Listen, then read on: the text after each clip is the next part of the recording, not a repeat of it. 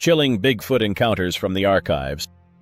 The wilderness holds its breath where the trees grow thick and the shadows deepen. Something ancient moves in the silence, watching from beyond the edge of our understanding.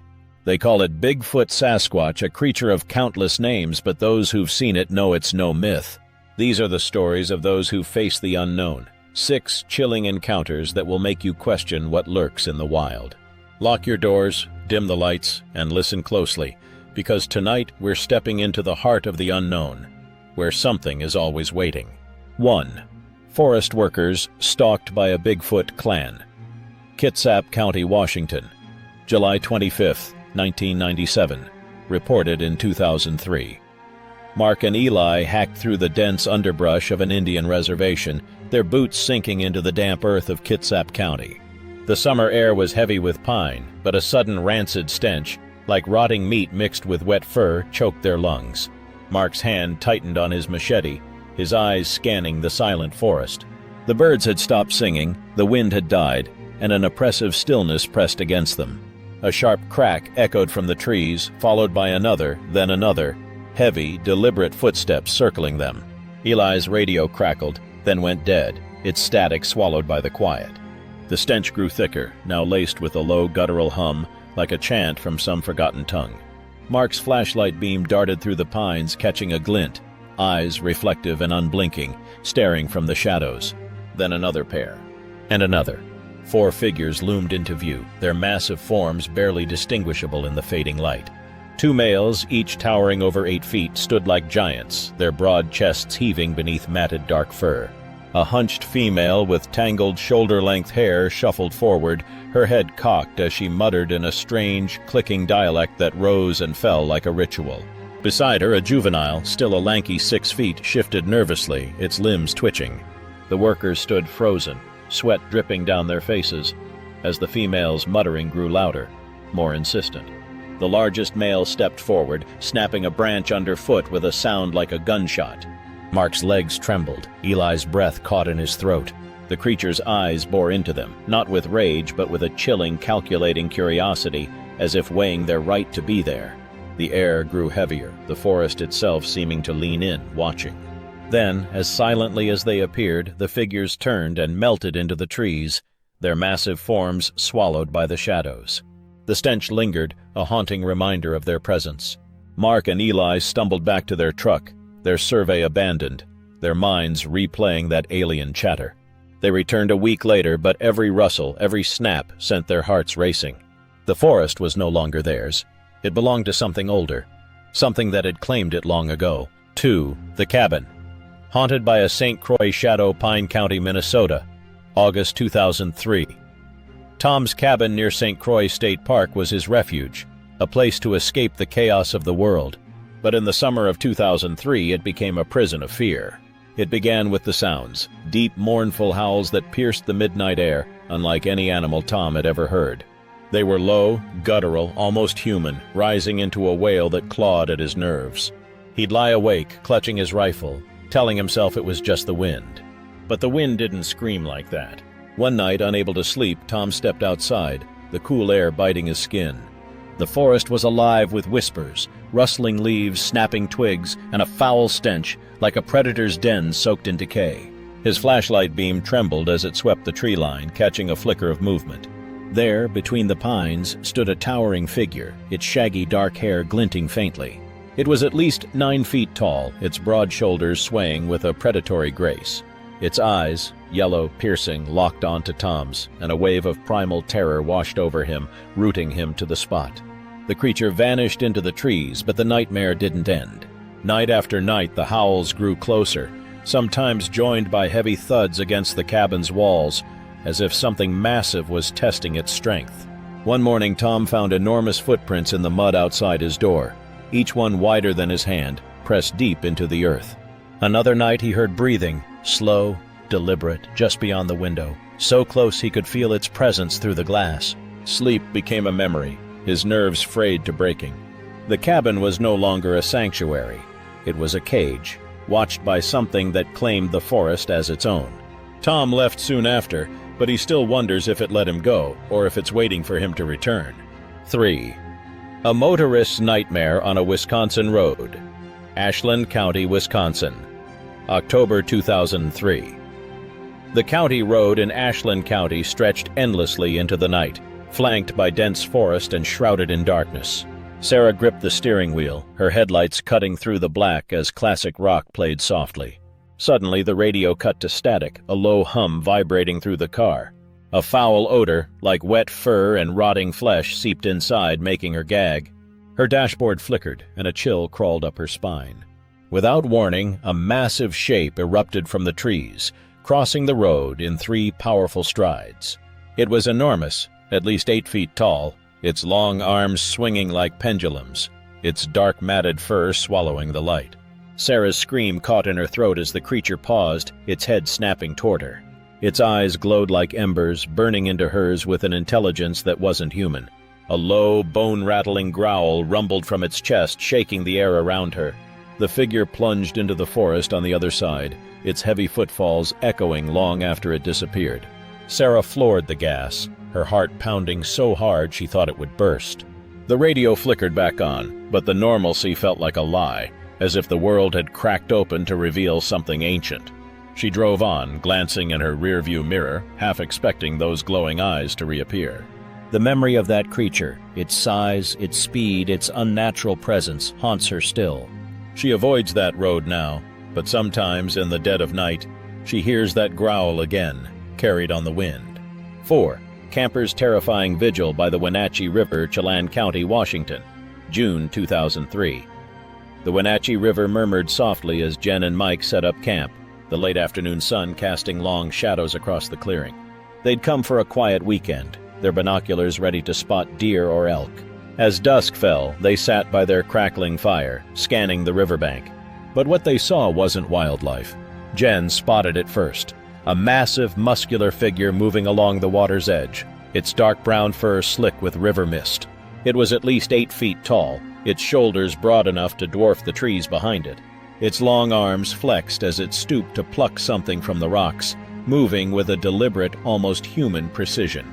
Mike grabbed the binoculars, his voice barely a whisper. "That's no bear." The creature's movements were too fluid, too purposeful.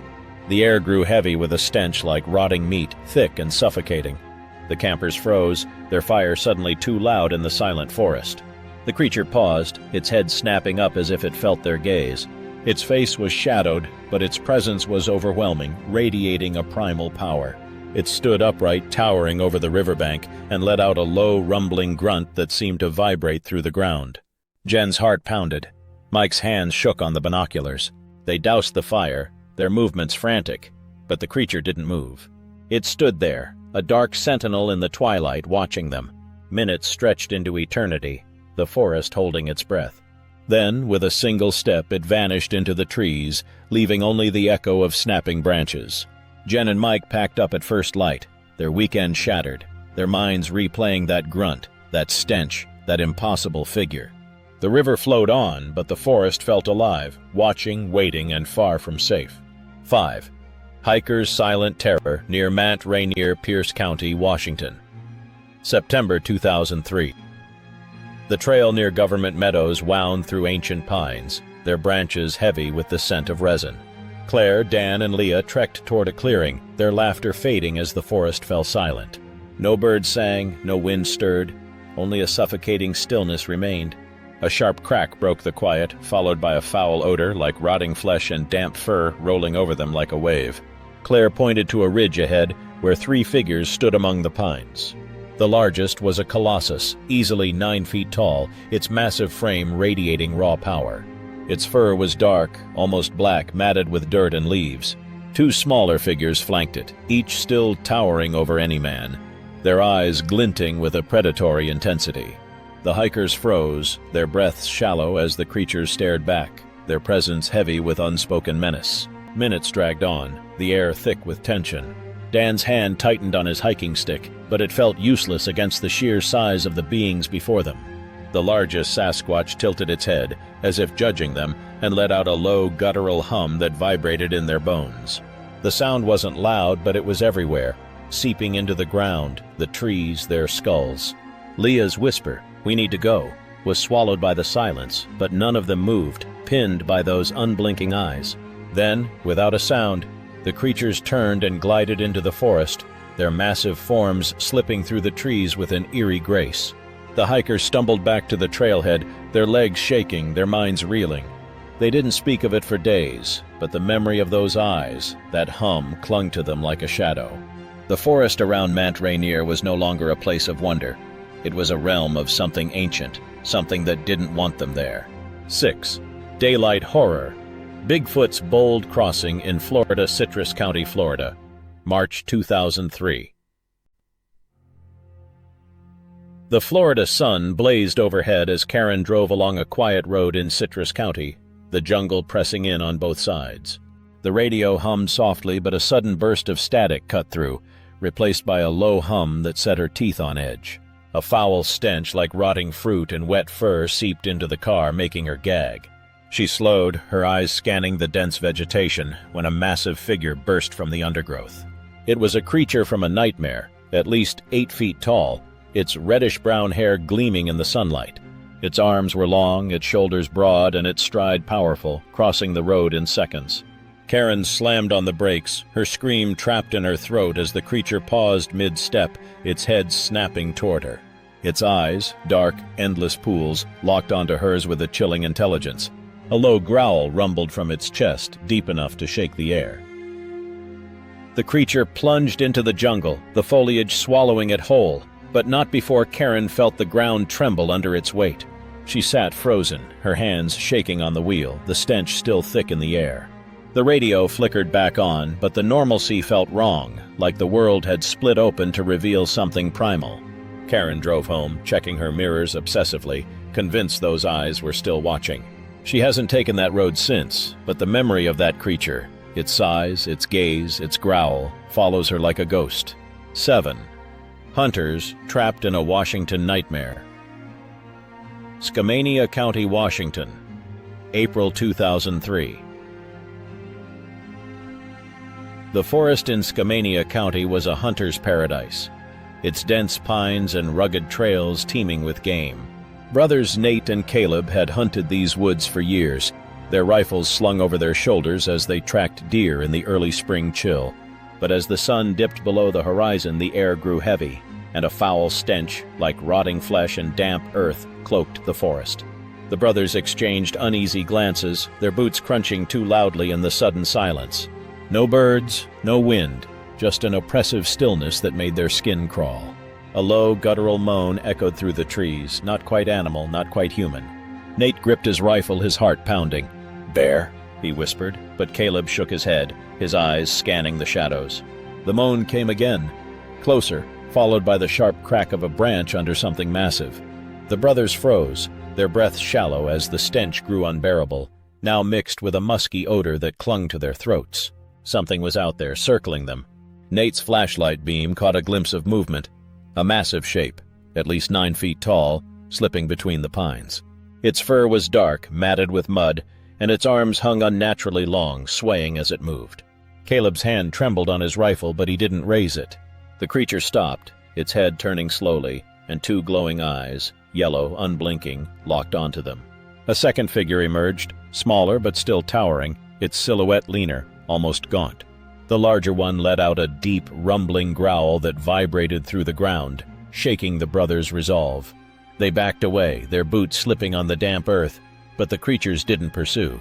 Instead, they stood like sentinels, watching with an eerie intelligence. Nate whispered a prayer, his voice barely audible, as the smaller figure let out a sharp, barking sound, like a warning. The brothers' flashlights flickered, their beams dimming as if the forest itself was draining them. The air grew colder, the stench thicker, and the moans resumed, now joined by a rhythmic thumping, like fists against wood, echoing from all directions. Nate and Caleb stumbled through the dark, their senses overwhelmed, their minds racing with the thought that they weren't alone. They reached their truck at dawn, their bodies shaking, their rifles untouched. The forest had always been their domain, but now it felt like a trap, watched by something that knew every step they took. They never hunted those woods again, but the memory of those eyes, that growl, and the suffocating presence of the unknown followed them home, lingering in every shadow. 8. Cabin fever turns to terror in northern Minnesota. Itasca County, Minnesota, July 2003. The cabin in Itasca County was Lisa's escape, a weathered retreat nestled deep in the pines where she could paint and forget the world. But in the summer of 2003, the forest turned her sanctuary into a nightmare. It started with the noises, low, guttural whoops that broke the midnight silence, echoing through the trees like a call from something ancient. They weren't wolf howls or owl cries. They were too deep, too deliberate, too human. Lisa clutched her sketchbook, but the sounds grew louder each night, closer each time. One humid evening, unable to sleep, she stepped onto the porch, the air thick with the scent of pine and something fouler, like rotting meat and wet fur. The forest was silent, unnannals, but the darkness was absolute. Her flashlight trembled as she swept the beam across the tree line, catching a glimpse of a massive, hairy figure standing among the pines. It was over 8 feet tall, its dark fur matted with leaves, its broad shoulders swaying as it moved swiftly through the undergrowth. Its eyes, yellow and piercing, locked onto hers with a chilling intensity, freezing her in place. The creature vanished into the trees, but not before a low, bone-rattling growl shook the air deep enough to rattle her bones. Lisa's heart pounded as she backed away, her breath shallow, the forest closing in around her. The stench lingered, heavy and musky, as if the creature had been watching her for hours. Footprints, massive footprints in the muddy earth outside her door, too large for a bear, too human. 9. Motorist's midnight horror on an Oregon highway, Josephine County, Oregon, November 2003. The rain-slicked highway in Josephine County was a blur of gray as Ryan drove home from a late-night fishing trip. The air was cold, the sky dark with clouds, and a strange, heavy scent hung in the air, like wet dog and old leather. Ryan's truck rattled as he slowed, his eyes catching a massive, upright figure crossing the road in a single fluid motion. It was at least 8 feet tall, covered in dark, shaggy fur, with long arms and a loping gait. Its eyes glowed faintly in the headlights, pinning Ryan to his seat with a primal fear. The creature paused, its head snapping toward Ryan, and a deep, guttural roar erupted from its chest, shaking the truck's windows. Ryan slammed on the brakes, his heart racing, and sped away. The image of that towering figure burned into his mind. The forest seemed to close in, the air thick with an unnatural silence. He glanced in his rearview mirror, half expecting those glowing eyes to follow him, but the road behind was empty. 10. Backpackers encounter in the Oregon wilderness, Deschutes County, Oregon, August 2003. The Deschutes County wilderness was a tangle of old-growth pines and misty air as Alex and his 2 friends trekked deeper into the forest, their backpacks heavy with gear. The faint hum of distant traffic was the only sound, but as they set up camp near a rocky outcrop, a strange odor hit them, like wet fur and pine needles. Alex's flashlight beam caught a massive dark figure moving swiftly through the trees. Its eyes glowed yellow in the dim light, pinning the 3 friends to the spot. The creature stood, its broad frame towering over them, its fur matted with mud and leaves. A low, guttural growl shook the air, and Alex's heart pounded as he stumbled back, his rifle forgotten. The figure turned, its head snapping toward them, and another growl, louder, angrier, rumbled from its chest. The friends scrambled back, their breaths shallow, the forest closing in around them. The stench grew stronger, now a suffocating mix of musk and decay. The creature didn't pursue, but its presence lingered, heavy and oppressive, as if the forest itself was holding its breath. Alex dropped his flashlight, his hands shaking, and ran for the truck. The image of that towering figure burned into his mind. The forest seemed to pulse with an unseen energy, as if alive with something ancient. He glanced back, expecting to see those glowing eyes again, but the road was empty. The shadows never sleep. These encounters are more than stories. They're warnings from a world we don't fully understand. From the misty trails of Washington to the sun-drenched roads of Florida, Bigfoot moves where we dare not follow. Every howl, every footprint, every fleeting glimpse reminds us we're not alone in the wild. Have you heard something in the dark? Seen a shadow that didn't belong? Share your story in the comments, hit subscribe, and join us next time as we chase the truth deeper into the unknown. Sleep tight, and listen for what's out there.